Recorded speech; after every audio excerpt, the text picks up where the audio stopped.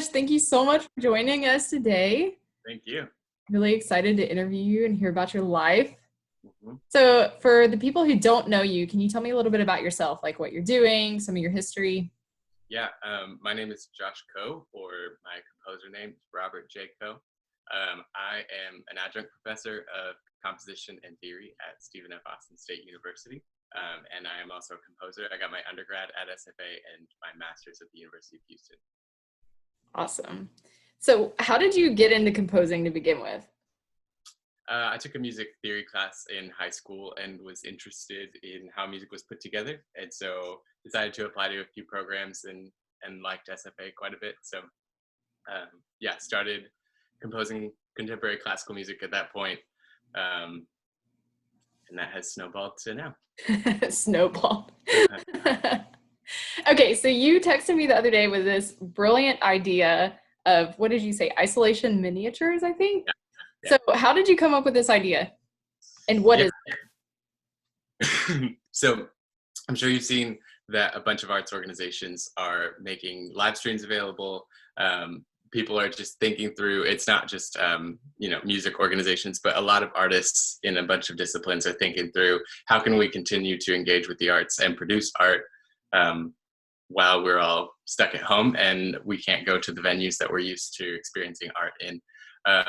And so I just find that a really engaging idea, and was thinking through different ways that I could explore that. My music already often deals recently with community, and I'm like big extrovert, so like engaging with people is the fun part of music. So this isolation is not going great for me. But the idea of writing music for people to play in their homes as a sort of connection back to like historical salon music, when music was like played in the home more often, and just us being able to continue to like interface and create music was really interesting to me. The miniatures thing was just because I thought it was a lot more feasible for me to churn out some shortish pieces in a few weeks instead of giving you guys a 20-minute piece. It's more feasible for us to learn it quickly too while we're still in quarantine. That was totally pragmatic. Yeah, we're super excited to have you write for us. So yeah. It's going to be for not two piano. I only have one piano in the house. That's kind of what I thought. Yeah. And trumpet, right? Because that's who's quarantined in our house right now. Yeah, that's the idea. And so on the same lines of community and interfacing with people and collaboration, I've also been interested recently in giving my performers a little bit more say in what they play. So I just finished a song cycle where I wrote 10 songs. I cut it down to 8. I had a friend help me cut it down to 6, and then I gave it to the performers and they cut it down to 4. And so, I mean, that obviously adds pressure to me to create quite a bit of music and then let it be whittled down. But the hope is that there's more buy-in when we get to the 4, and the 4 are better pieces when we get there than if I had a song cycle with 10 pieces. Yeah.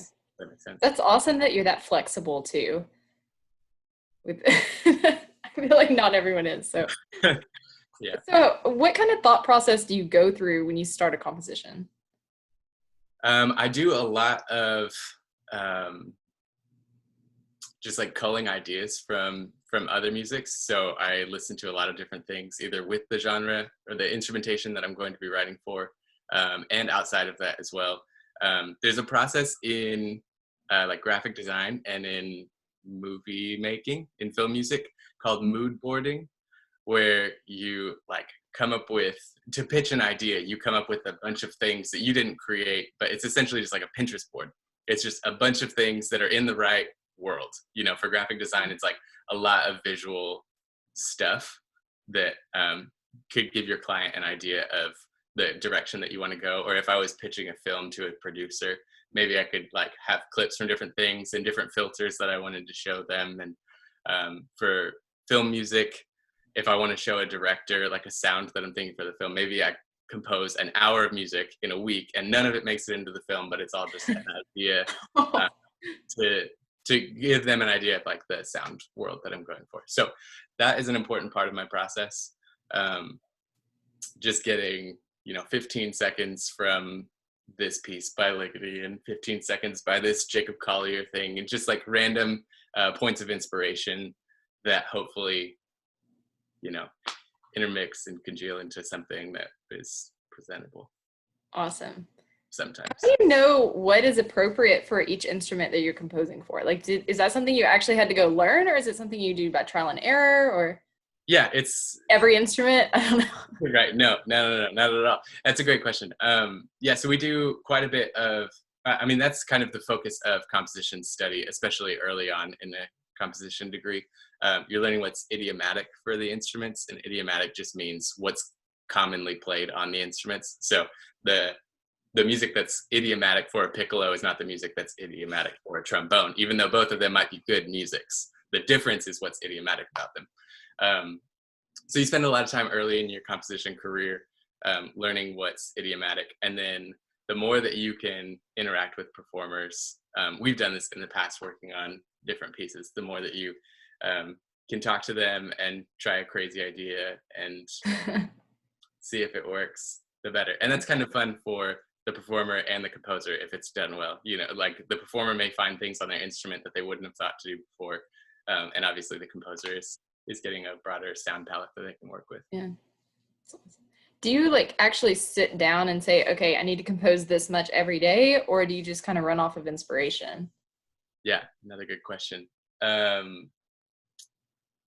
It kind of goes in waves, honestly. It can be really helpful for me to have deadlines. My wife would tell you that like I will not write a note of music if I haven't given myself a deadline. So for instance, right now, kind of as a partner project to this, on social media, I asked people if they would be willing to have me write just like a 30-second miniature for them, and then they could record it and post it within a few days. And like I said, that's kind of a partner project, and that the advantage of that is I'm giving myself an hour every day to write these pieces. And so that's just me sitting down and saying, okay, 30 to 60 seconds of music. I have 1 hour to write and engrave it, and go. With your piece, I have a little bit more flexibility in that we don't have a set deadline, although there's a general deadline of a couple weeks talked about. But that's what's been in my mind. But then there's not every day I need to be producing X amount of music. It's just by the end of this much time, I need to have a reasonable amount. Does that make sense? That is crazy. Are you saying it takes like 1 hour of time of you like sitting down and really focusing in order to create 30 seconds of music? Oh, that's like minimum. That's a blistering pace. Yes. That's mind-blowing. That's so much energy and effort.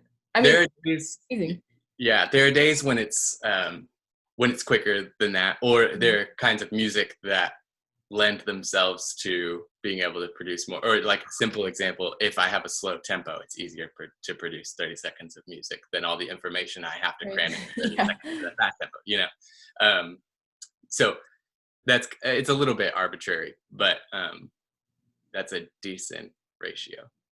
Wow. That's crazy.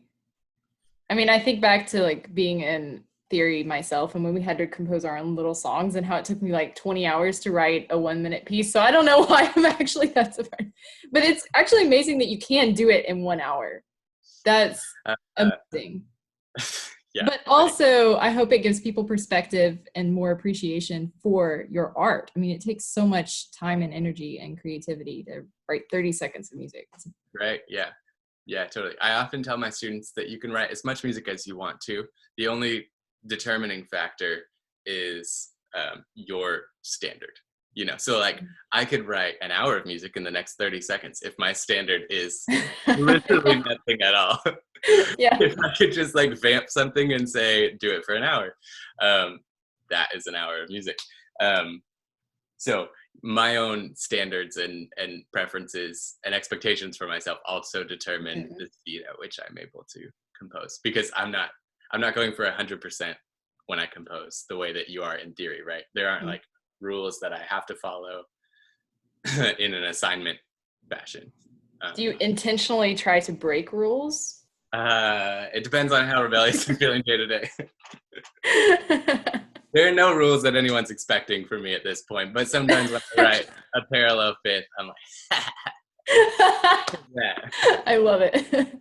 So do you have like a stock of, okay, random ideas that you're like, oh, this thing sounds cool, I'm gonna put it in my Google Drive here and then maybe return to it later? Occasionally, yeah. And there are things that like more or less inform quite a bit of what I do. Like I mentioned Ligeti earlier, and like all of Ligeti's piano etudes, I'm like totally obsessed with. So anytime I'm coming to the piano, you know, I don't have a Google Drive with Ligeti, but I'm always like, you know, it would be great.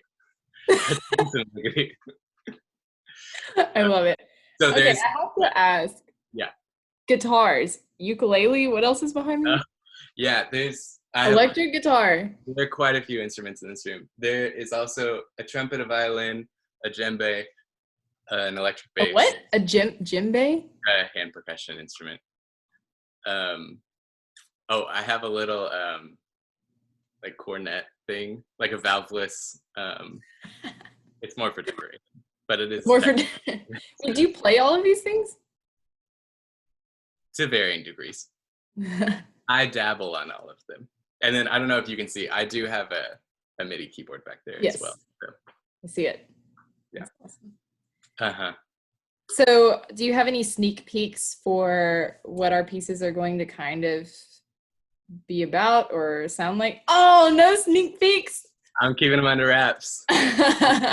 But you will have, this is what I love about it, you will have the opportunity to pick your 4 or 5 favorites and perform those. So I don't want to sneak peek something right now that you end up being like, understandable. I was garbage and I'm not playing. Do you have any dreams associated with composing or your career in general? Like something you would really love to make happen? Or like, never mind. What's your why? Like my why? Yes, your why. Why do you keep doing what you're doing?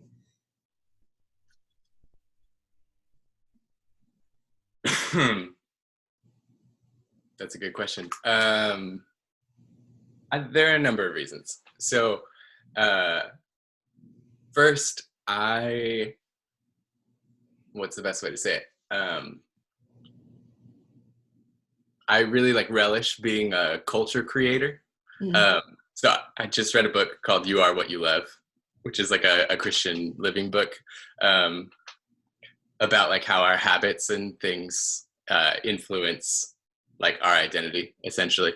And so, yeah, I love just like, I love my role in society as someone who like has this forum and is able to like share the things that I think about and to create beauty and to influence others and to communicate in that like special way.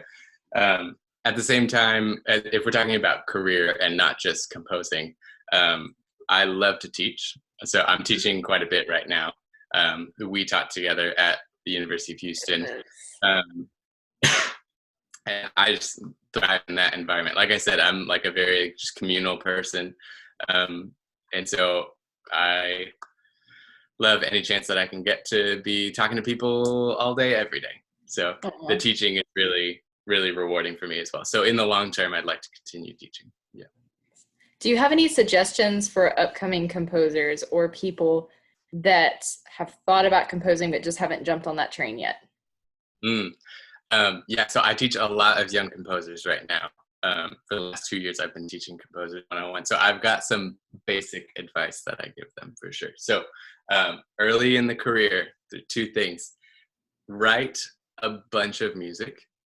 You aren't like aware of what your sound is right now. Like you have some preferences right now, but it's so beneficial for you to continue to write your preferences as often as possible and churn out as much music as you can, and write things that you don't think that you like right now. And maybe they'll become a part of your style and maybe you'll gain an appreciation for them. So write as much music as you can is thing number 1. And thing number 2 is listen to as much weird stuff as you can. Not just weird stuff, but listen to as much stuff as you can and make sure that some of it is weird stuff that you wouldn't naturally gravitate towards. Any of that is just like broadens your horizons and opens you up to do great things.